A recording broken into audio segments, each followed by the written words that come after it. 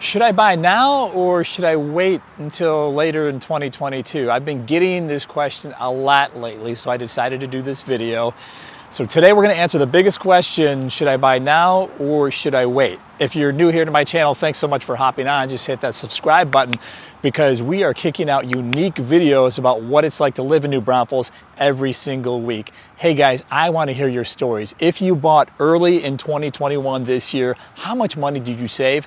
And if you bought later in the year, how much more money did you have to spend? Please put your comments and share in the comment section below. All right, so let's get right to it. Buy now or wait until 2022, later in 2022. Before I get to that answer, I want to let you guys know that I am in the field every day, either working with clients or speaking with builder reps about what's going on the ground here, not what you might see or hear from some third-party algorithm. And in fact, I got a chance to attend a luncheon recently and meet the builder, the actual owner of the company, and I asked him, hey, what do you expect for 2022?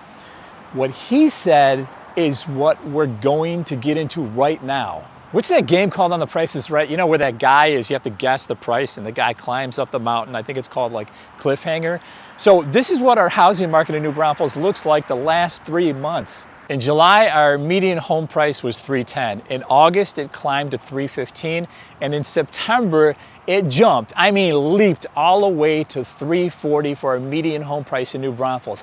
That's a $25,000 jump from 1 month to the next during a time when it's typically slow because the kids are back in school and we're kind of back into that work routine, but we gained $25,000 in value. Last year at this time, our median home price in New Braunfels was $280. Today it's $340.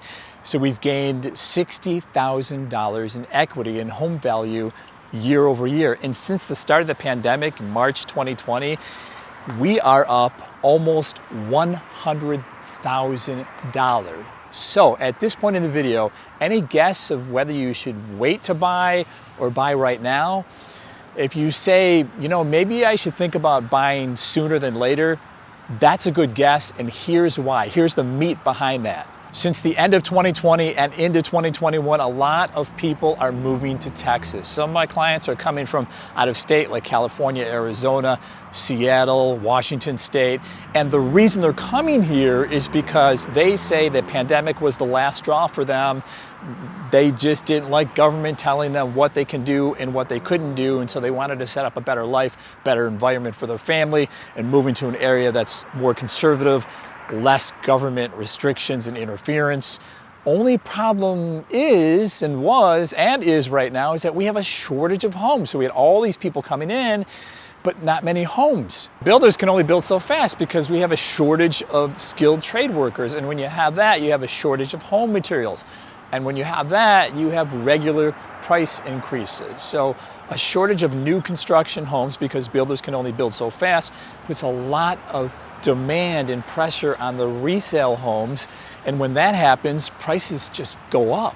The labor shortage is across the board. Look at this. I went to Subway recently to eat lunch and it was closed. On a Saturday afternoon, a weekend, Subway closed. So why is there this labor shortage?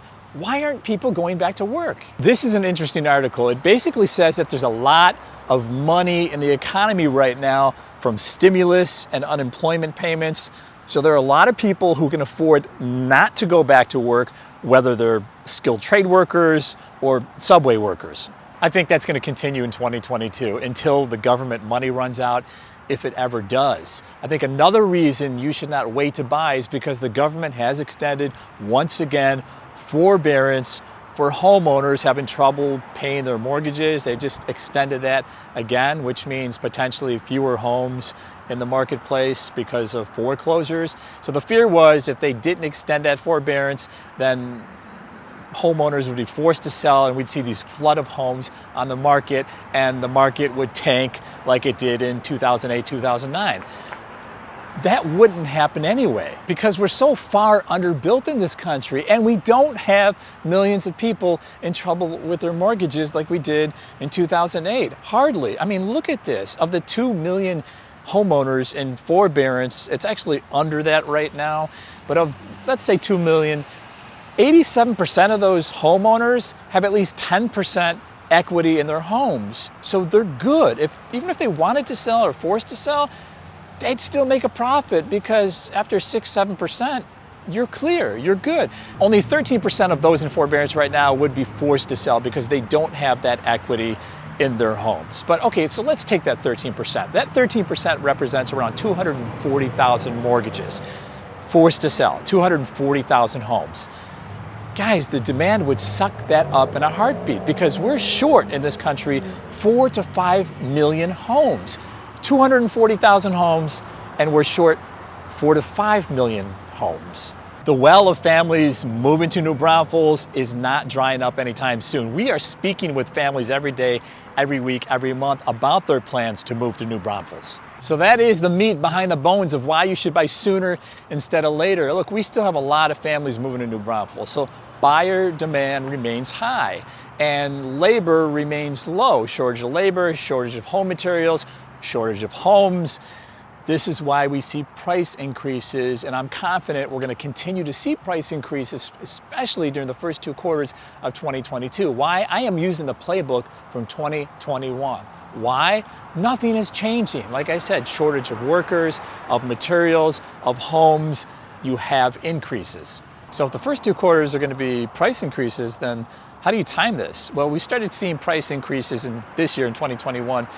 February, end of February, beginning of March. Okay, so there's a relatively small window that you can save some money or not spend as much money. We're working with a family right now who must be here in April or May for military reasons. So instead of waiting until then, we advise them, hey, let's start looking at homes now, new construction they're looking at, and if we see something we like, go ahead and let's go under contract because you'll get it at today's prices and not spring's prices when everybody else is trying to do the same thing and buyer demand is much higher. I would love nothing more than to be dead wrong on all of this stuff. I really would. To have somebody come up to me and say, hey Rod, you stink, you're wrong, and throw a pie in my face. But unless we get an infusion, a huge infusion of contractors and skilled trades, that's not happening. And unless the government doubles the interest rates, creating this flood of homes on the market and turn it into a buyer's market,